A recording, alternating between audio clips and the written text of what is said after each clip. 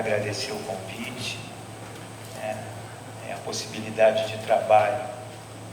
Outro dia eu estava meditando nisso, porque eu vejo uma grande força dos espíritos para trabalhar, né, o desejo de estarem trabalhando.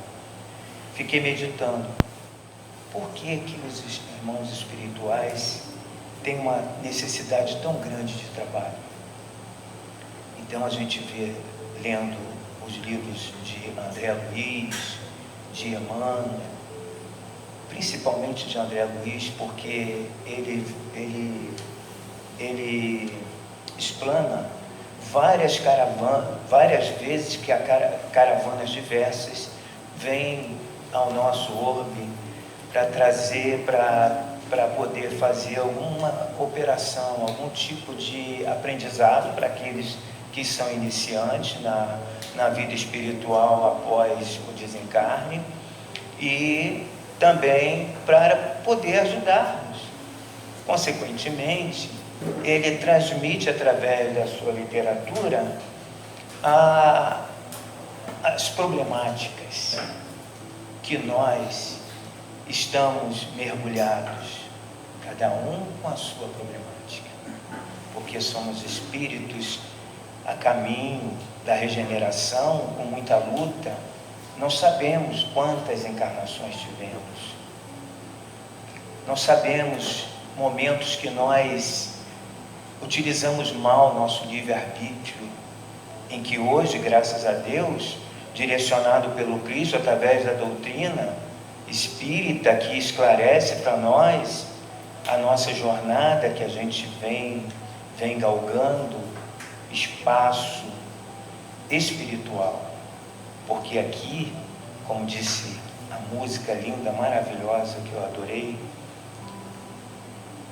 a gente daqui a pouco a gente passa para o outro lado. Então aqui é um estágio em que nós temos a oportunidade de reter coisas boas que vão transformar nossas vidas de sofrimento em uma felicidade relativa. Depende de como nós vamos utilizar o nosso livre-arbítrio, como nós vamos administrar, gerenciar nossa vida, nossa caminhada, no meio de uma multidão de complexas relações conosco mesmo, insatisfações que nós temos, por acharmos muitas das vezes que nós não estamos no caminho, por não ter alcançado ainda, depois de ter lido uns 10 livros, ter participado de vários estudos, ter assistido várias palestras de muitos irmãos maravilhosos.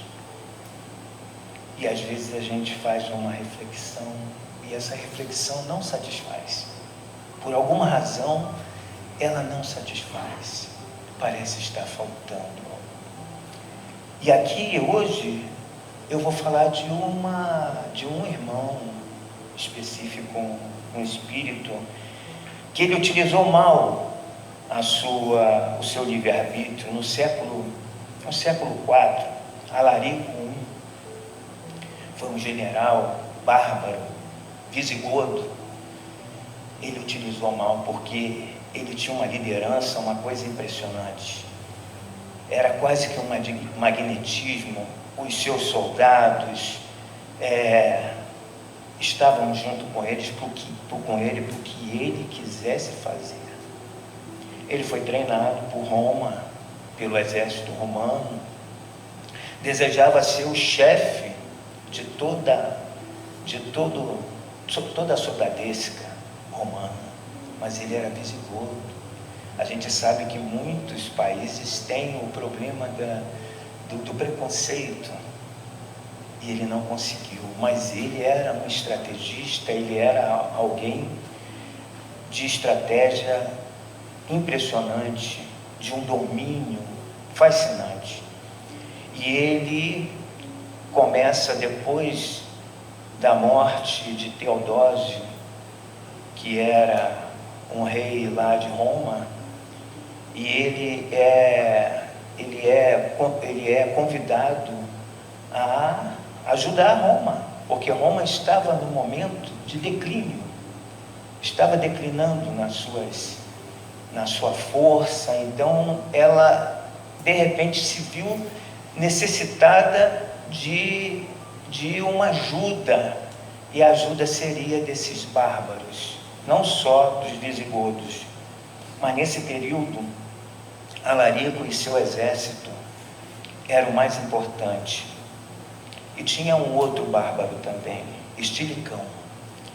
E Alarico é convidado a sair na campanha. E ele atravessa o Mediterrâneo, ele vai pelas áreas do Oriente Médio e invade a Grécia, Esparta, toda aquela, Corintos, toda aquela região. Mas só que ele tinha um problema, não era só invadir, era o requinte de crueldade, era a dor que ele provocava, até mesmo nas províncias que já eram províncias romanas. Ele ateava fogo nas casas, nos campos, ele degolava, ele tinha uma insanidade muito grande, nenhuma sensibilidade. E Alarico, como ele se viu preterido, como ele viu que a Roma não o valorizava, ele desejou algo muito grande. Ele desejou invadir Roma. Porém, tinha o Estilicão, que já tinham confrontado 2 vezes e Alarico perdeu. Mas naquelas tramas de Roma, o medo do rei de Roma naquele período, de que Estilicão viesse a tomar aquele reino, ele planejou a morte de Estilicão e conseguiu o sucesso da morte. Porém, Alarico ficou guarnecido da vontade de invadir Roma. Por 2 vezes ele sitia a cidade e tenta negociar por barganha de dinheiro, de ouro, enfim, tinha um valor para que ele estipulou para ele não invadir Roma.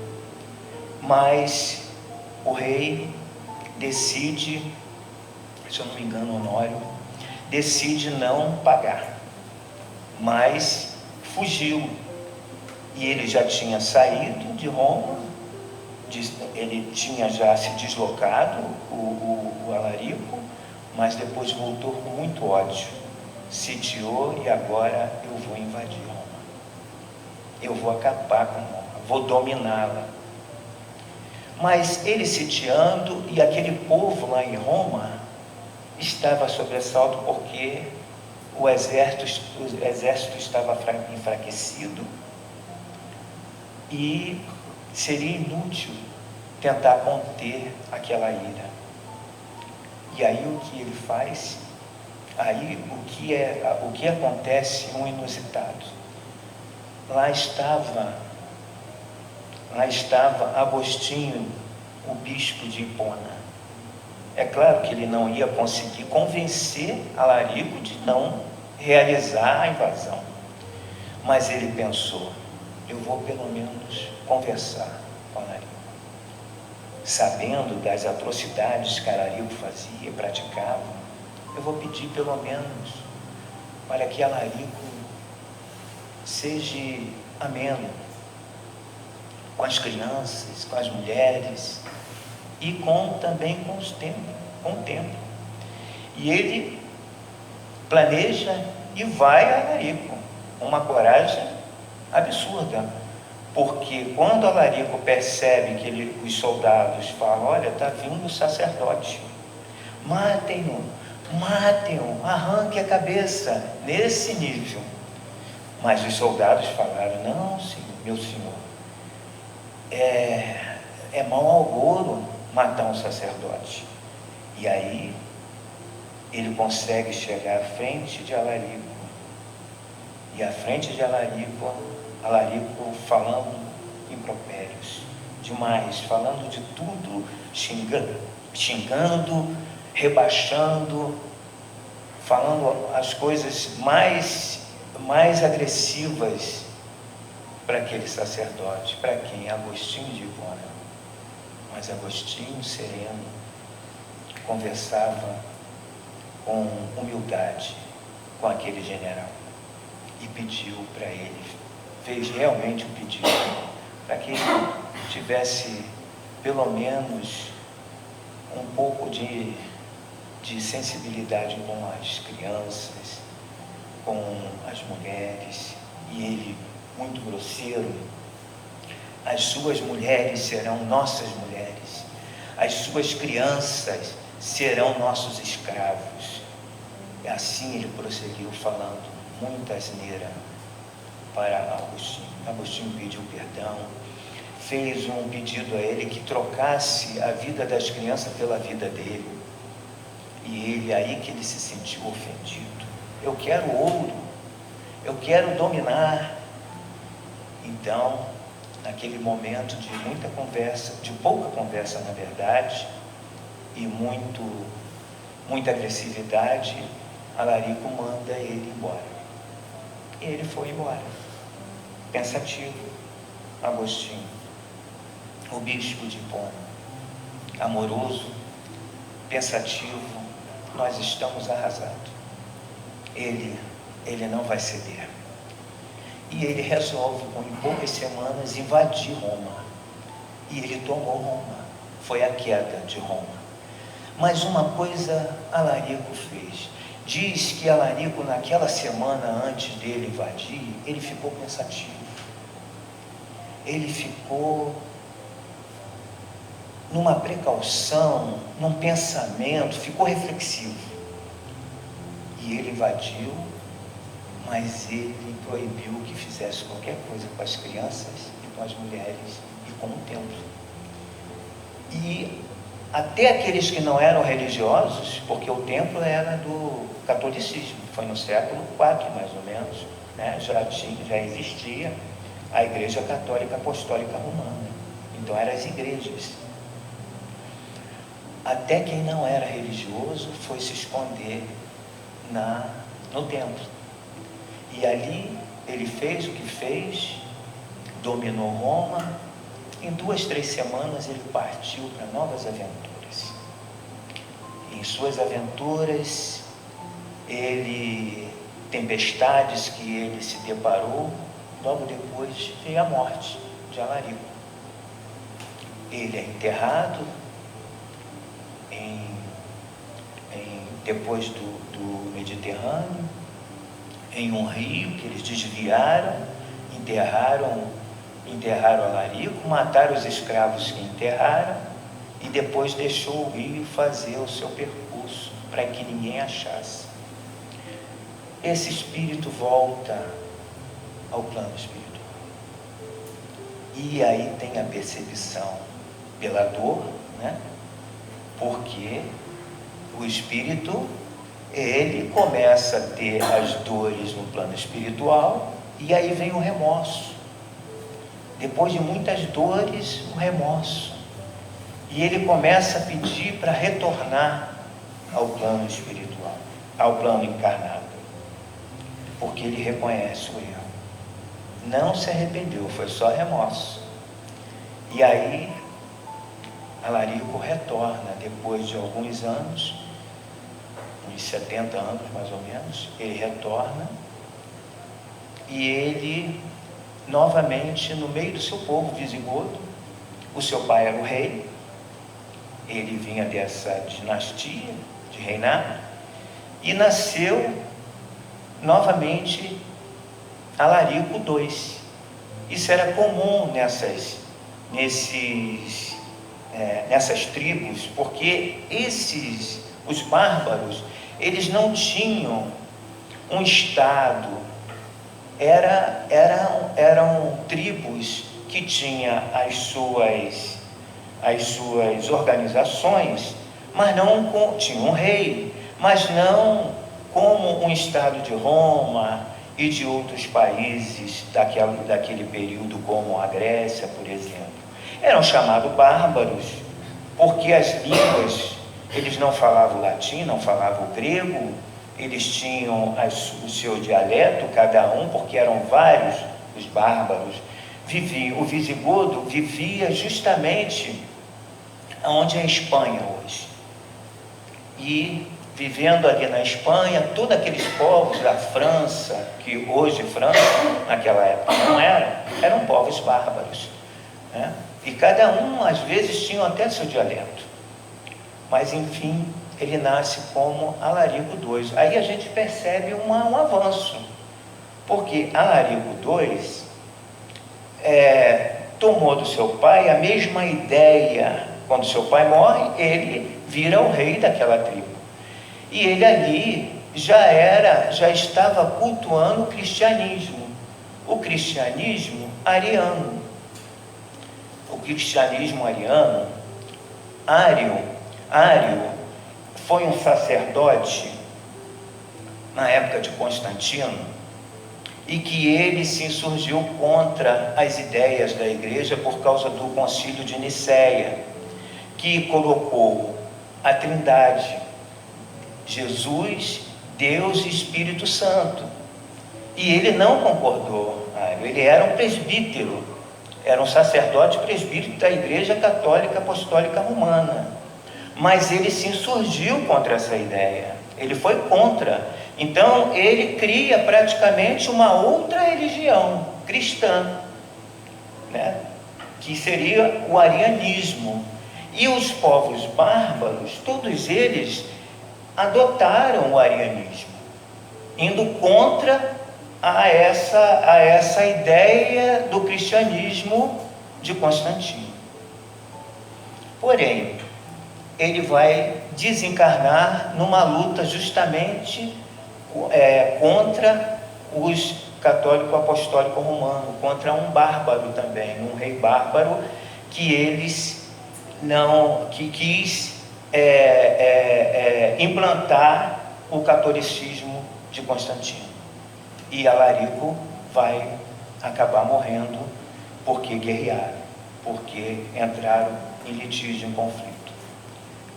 E aí esse espírito, mas olha só, Alarico I, nenhuma religião, a não ser a dos próprios bárbaros. Já o Alarico II, já um cristão, apesar de ser, né, ele ser devoto do arianismo, mas já tinha uma ideia do cristianismo. Ele já não lutava como Alarico I. Mas aí ele vai para o plano espiritual e novamente ele não percebe, né, que ele não conseguiu ter a ascensão que ele esperava, e ele pede novamente para reencarnar. Aí no século XVI ele nasceu na França, e ele foi justamente o Richelieu, que foi um ministro francês no século do reinado de Luís XIII. E ele entra para o militarismo, mas consegue uma patente dentro da igreja como bispo. E ele é convidado por sua liderança, sua capacidade que ele já trazia desde Alarico. Ele foi convidado para ser o primeiro-ministro da França. E ali ele também não foi legal. De bispo ele vai a cardeal. E ele, de cardeal, do cristianismo ali, ele não fez um trabalho. Ele fez um trabalho como estadista, de proteger a França. Então, agora Richelieu, ele se insurge contra os huguenotes, que seriam os protestantes. Ele se insurge com todos que ficavam contrário ao governo. Então, a França e Deus, ele já estava diferente, mas ele ainda era mais estadista do que cristão, sendo cardeal.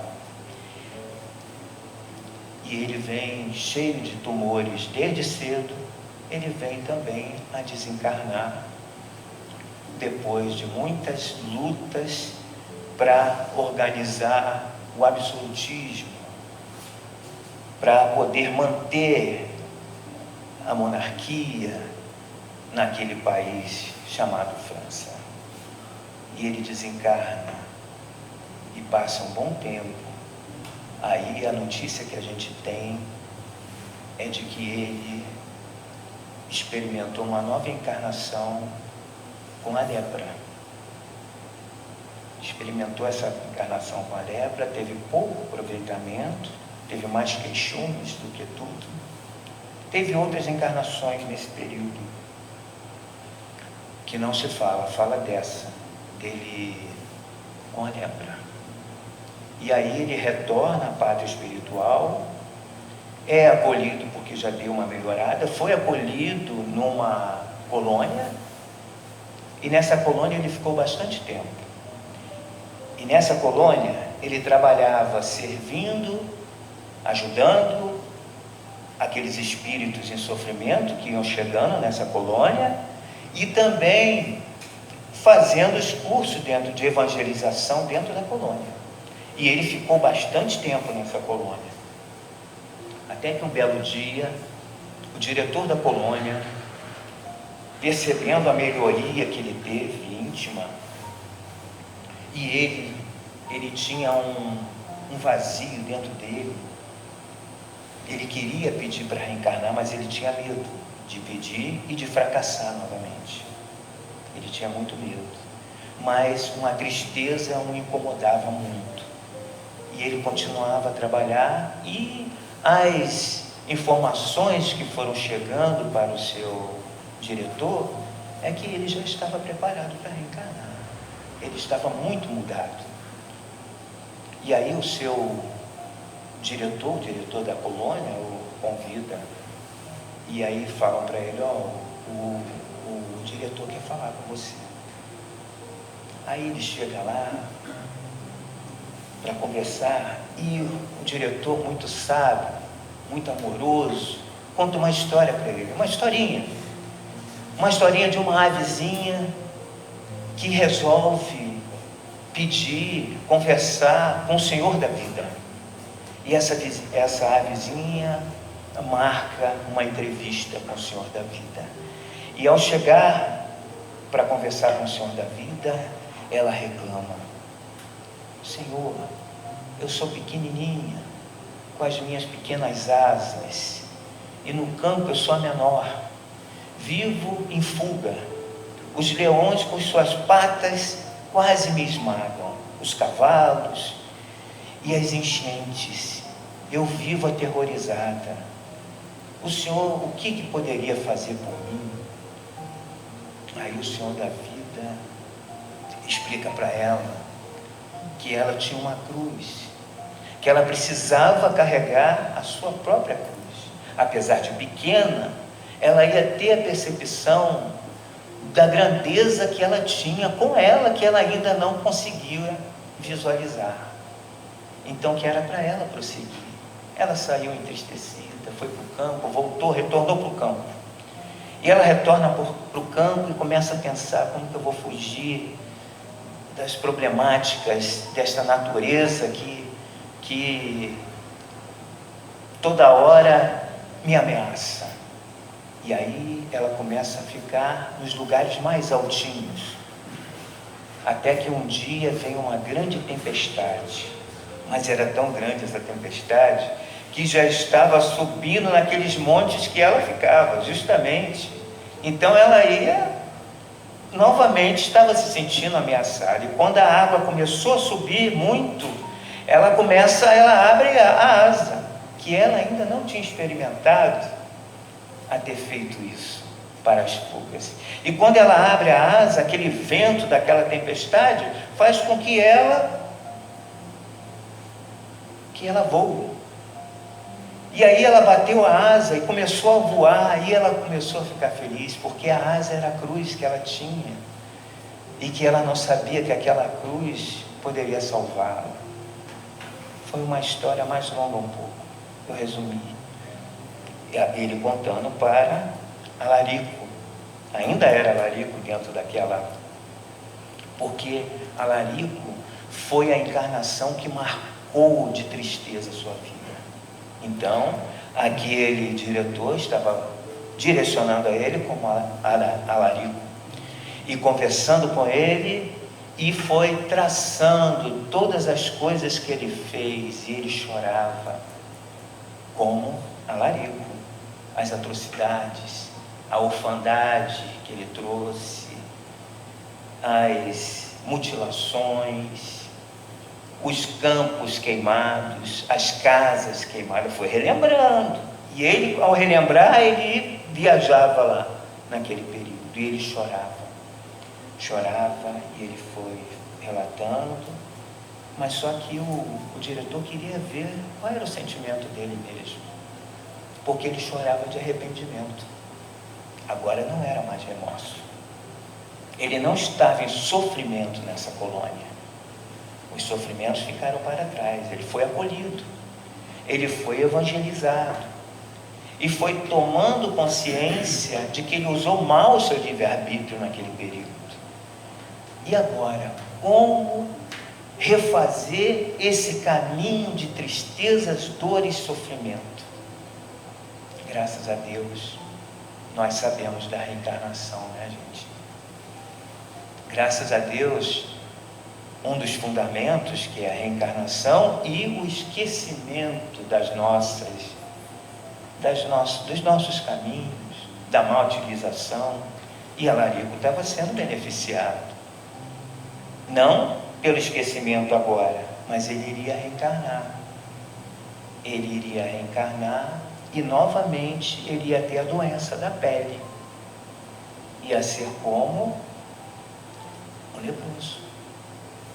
E ele pergunta: e aonde? Qual vai ser o país que eu vou encarnar? Porque ele já tinha como visigodo, né? Depois como na França, e agora, onde que eu vou reencarnar? Porque ele já tinha conhecimento da doutrina espírita na colônia que ele estava, que era espírita. Aí o diretor fala para ele: você vai reencarnar no Brasil. É uma grande oportunidade, na terra do cruzeiro. E você vai precisar se achegar ao nosso mestre, ao conhecimento. Você vai ficar revoltado e não vai querer. Mas se você conseguir até o final da tua existência, você conseguir compreender o mestre, porque você não vai ter ele enquanto você não buscar. E aí ele fica apreensivo, porque ele já conhecia a doença da pele, a lepra. Ele falou: está próximo da cura, mas você não vai experimentar a cura, porque a sulfonada, né, que é utilizada, não sei se vocês conhecem, eu não conheço muito bem, mas é um remédio que controla, né, pelo menos controla a hanseníase. Então, e por aquelas semanas, a preparação já para o reencarne, e ele vai reencarnar. E também foi falado para ele que ele ia ser órfão por causa das orfandades que ele fez. Esse problema da pele, as chagas vão realmente tratá-lo muito mal, porque por causa do descaso que ele teve como Alarico I, das pessoas, dele não se importar com o ser humano na sociedade que ele vivia. Então seria traumático. Ele aceita o desafio e ele nasce em Borebi. Você que é de São Paulo, é Borebi, não é? É, em São Paulo. E depois ele vai para Agudos, ainda criança, porque a sua mãe faleceu com ele com 3 anos de idade. O pai trabalhava no lavradio, no campo, mas ele foi criado pelo tio, irmão da mãe. E esse tio, outro detalhe que eu já esqueci de falar, muito importante, porque o seu diretor falou: mas você agora, nessa encarnação, você vai com essa problemática da pele, mas você vai ter o dom da arte. da música, do teatro, para, ao invés daquela vez você trouxe tristeza, agora você vai trazer alegria, vai ser a sua reparação. E ele veio, novinho, pequenininho ainda, com 14 anos, ele aprende um instrumento de sopro com o tio dele. E eles botam uma banda e, por enquanto, não tem a lepra, né?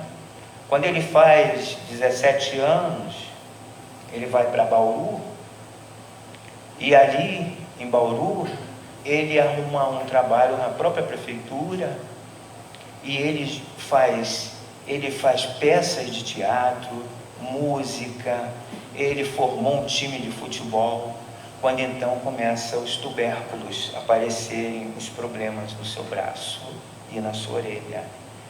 E ele não se importa muito, mas como foi aumentando, ele vai no médico. Nesse período ele já tinha casado com Teodora. A Teodora era uma viúva que tinha 2 filhos e deu 4 filhos para ele. Quando aparece a enfermidade, a menorzinha tinha 3 anos de idade. Ela já tinha falecido, ficou viúva depois dos 4 filhos.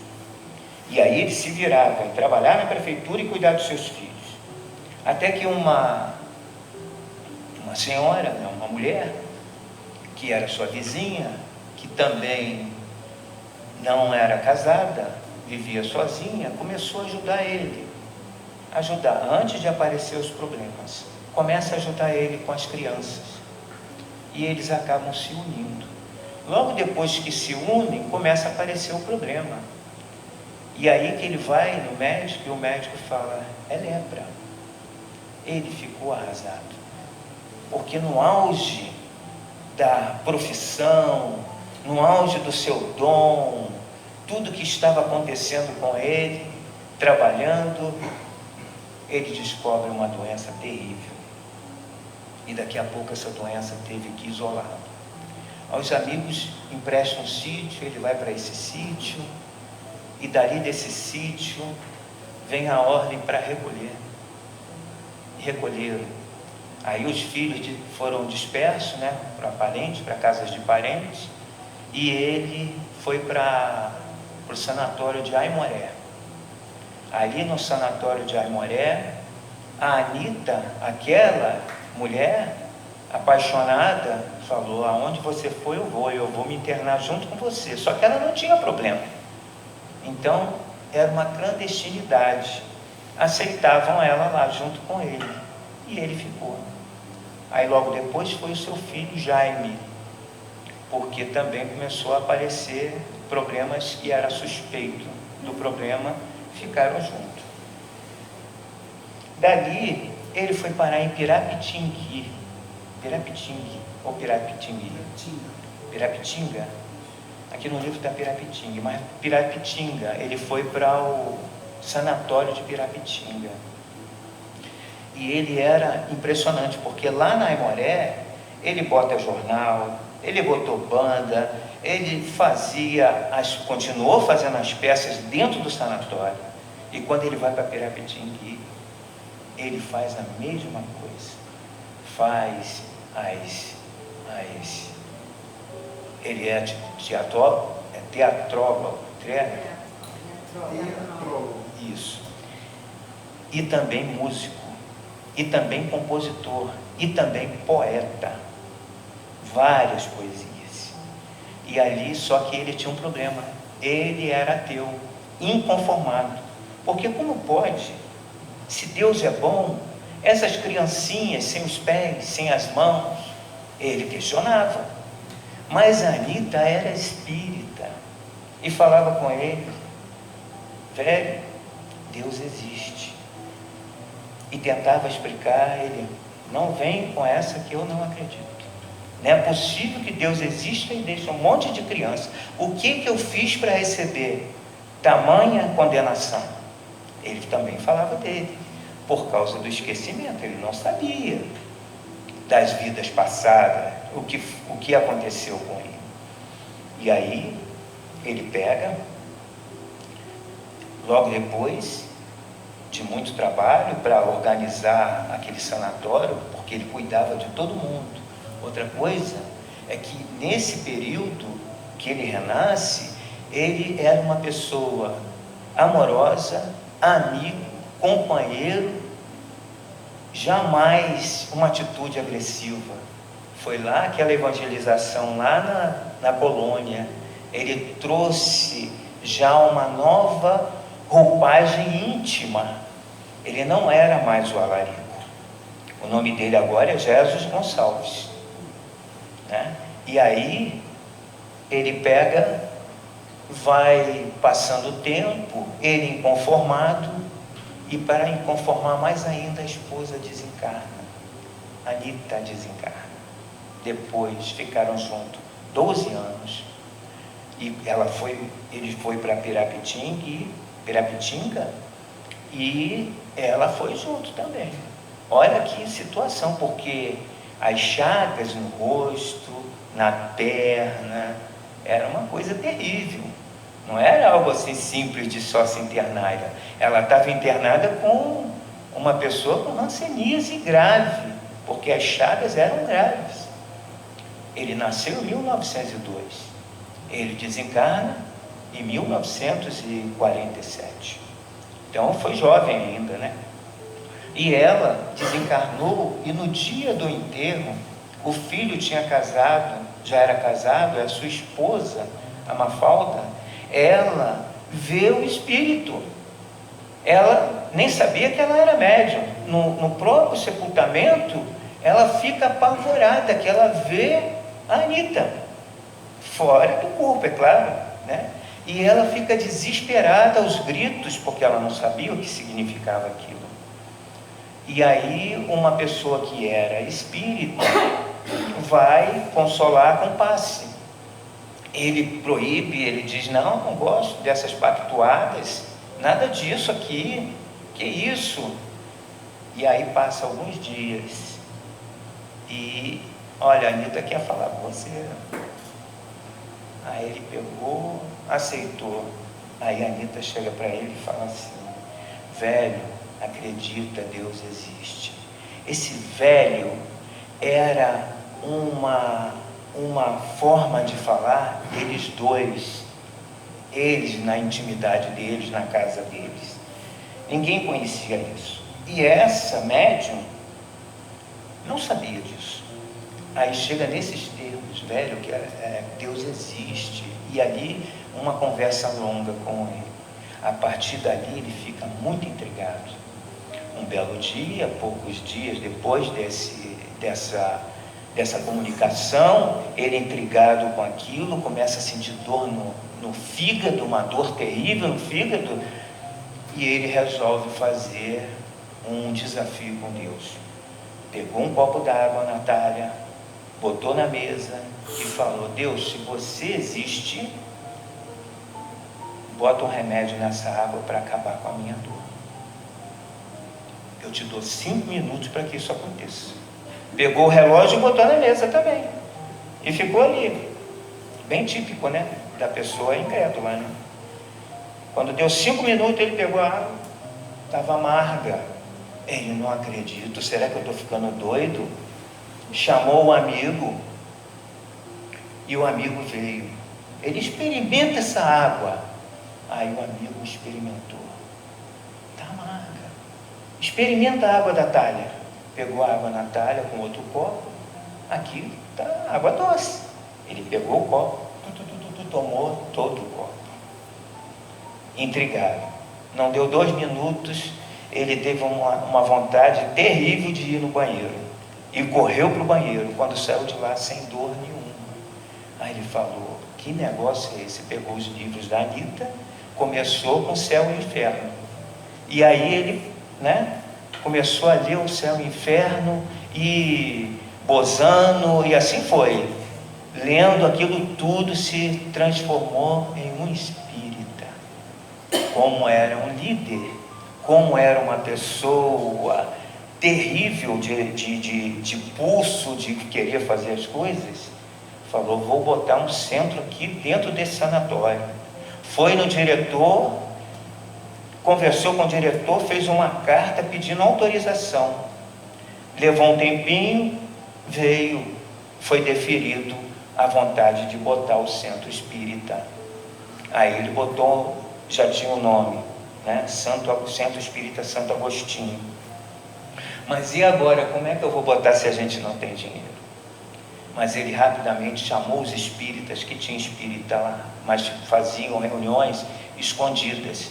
Ele já espírita, ele não fazia, que ele era muito disciplinado, porque se descobrirem, iam em cima dele. Então ele pegou, chamou, fez uma reunião. A gente precisa levantar dinheiro. Tem aqui, ó, uma carta tem um espaço para a gente fazer um salão. Aí ele mandou carta para vários centros espíritas. E esses centros espíritas começaram a ir de caravana e enviaram dinheiro, mandaram dinheiro, começaram a visitar esse sanatório e formou-se o centro espírita. E ele virou uma pessoa de fácil oratória, E ele, um belo dia, quando ele já estava perto de desencarnar também, a sua voz já afetada pela doença, já há poucos dias para o seu desencarne, ele vai ao centro, já tinha pedido, já estava morando atrás do centro, construíram lá um quartinho para ele não ter que se deslocar, porque ele já estava com dificuldade. E nesse dia ele vai no centro e acontece algo interessante demais.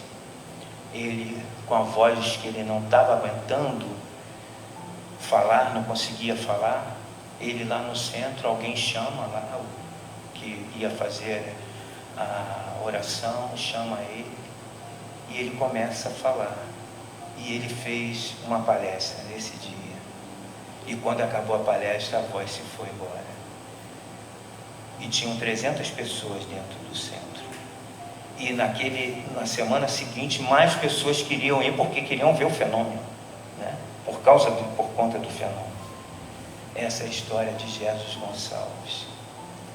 E ele mandava, antes disso, ele mandava carta para Chico Xavier. E Chico Xavier mandava carta para ele, não conhecia, tinha a foto dele, ele era muito brincalhão. Chico, se você vê alguma coisa diferente no meu rosto, é o problema da fotografia, da máquina, não é meu, porque ele tinha uma chaga muito terrível aqui, na boca e na perna. E aí ele vem a desencarnar. Ele tinha dito para Chico que ele visitaria Chico quando ele desencarnasse. Aí um belo dia, Chico estava lá no centro, Luiz Gonzaga, em Minas.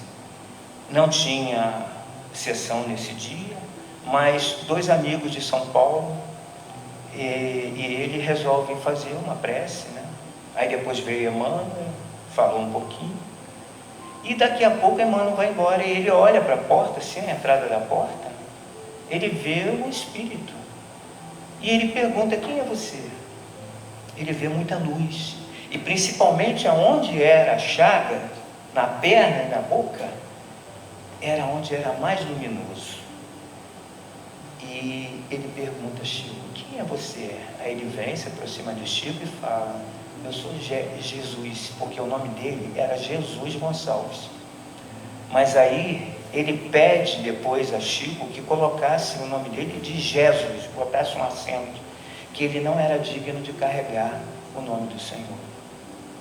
E ele pede para Chico: Chico, eu quero escrever com você. Então Chico resolve escrever. Eu vou ler uma poesia agora mesmo, porque a gente já está terminando, essa história foi longa. Mas aonde eu quero chegar com essa nossa conversa aqui a respeito de Jesus Gonçalves? Eu fiquei muito impressionado com ele. Fiquei impressionado com a reação do espírito. Levou 1.200 a 1.400 anos para que ele se reabilitasse, né? Então eu fiquei pensando em mim também. Eu também fiz a reflexão nossa. Graças a Deus, nós estamos numa situação bem melhor. A gente não está com nenhuma chaga, né? A gente reclama da vida, mas nós conhecemos a doutrina espírita, eu conheci desde criança, custei para que a ficha caísse a respeito, mas eu conheço desde pequeno, desde jovenzinho. E eu fiquei pensando no nosso livre-arbítrio, como nós usamos o nosso livre-arbítrio, as nossas questões, que também às vezes um vazio também toca o nosso coração. Aquele momento de intimidade talvez com o nosso mentor espiritual, não sei, nas nossas solidões, naquele momento de soledade, né, que a gente está em reserva e começa a pensar na vida, pensar em tudo. Então eu fiquei pensando, Jesus conseguiu. Eu acho que a gente consegue, né, Edson? Também, né? Eu acho que a gente consegue. Outra coisa que eu fiquei muito assim, achei interessante, é que o seu diretor fala assim, olha só, você não vai puro não, você vai com um dom. E eu fiquei pensando, porque outro dia eu tinha falado, que todo espírito é inteligente.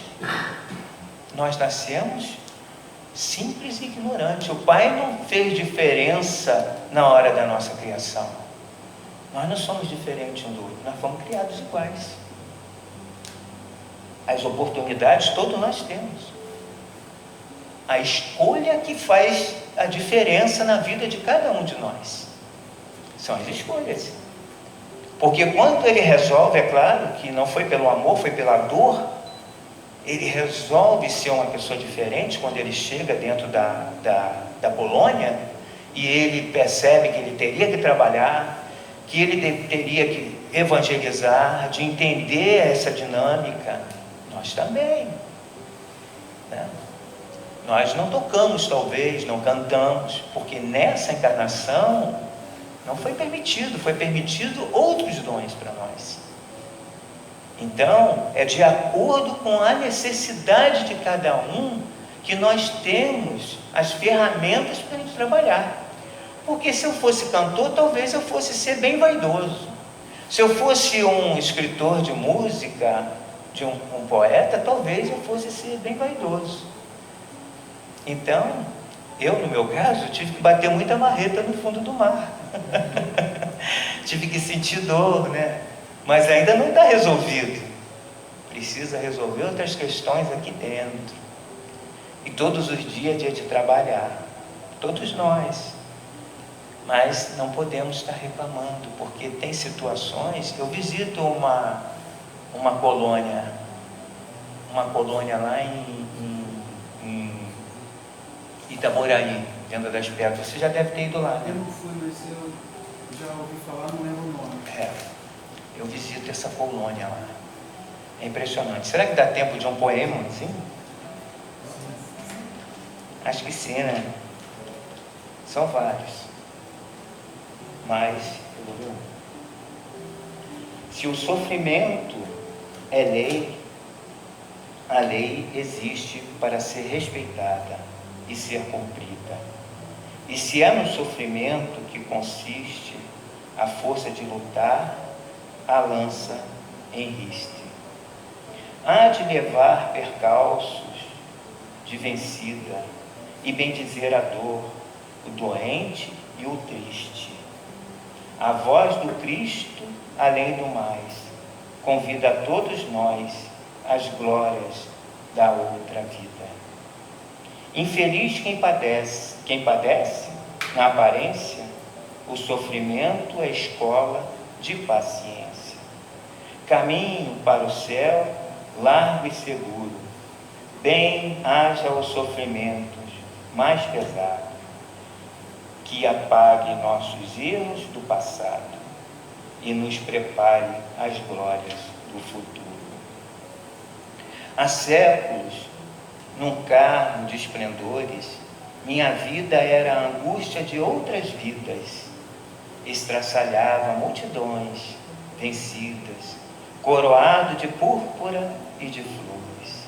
Depois, a morte, os longos amargores, depois ainda a volta a novas vidas, a solidão e os prantos redentores, Volve do rei antigo um réu que espanta, e o Senhor concedeu-me a lepra santa, para cobrir-me as chagas benfazejas. Mas hoje, livre, enfim, de toda algema, posso saudar a dor justa e suprema. Emissária da luz, bendita sejas. Graças a Deus, Jesus Gonçalves. Muita paz. Que Deus nos abençoe.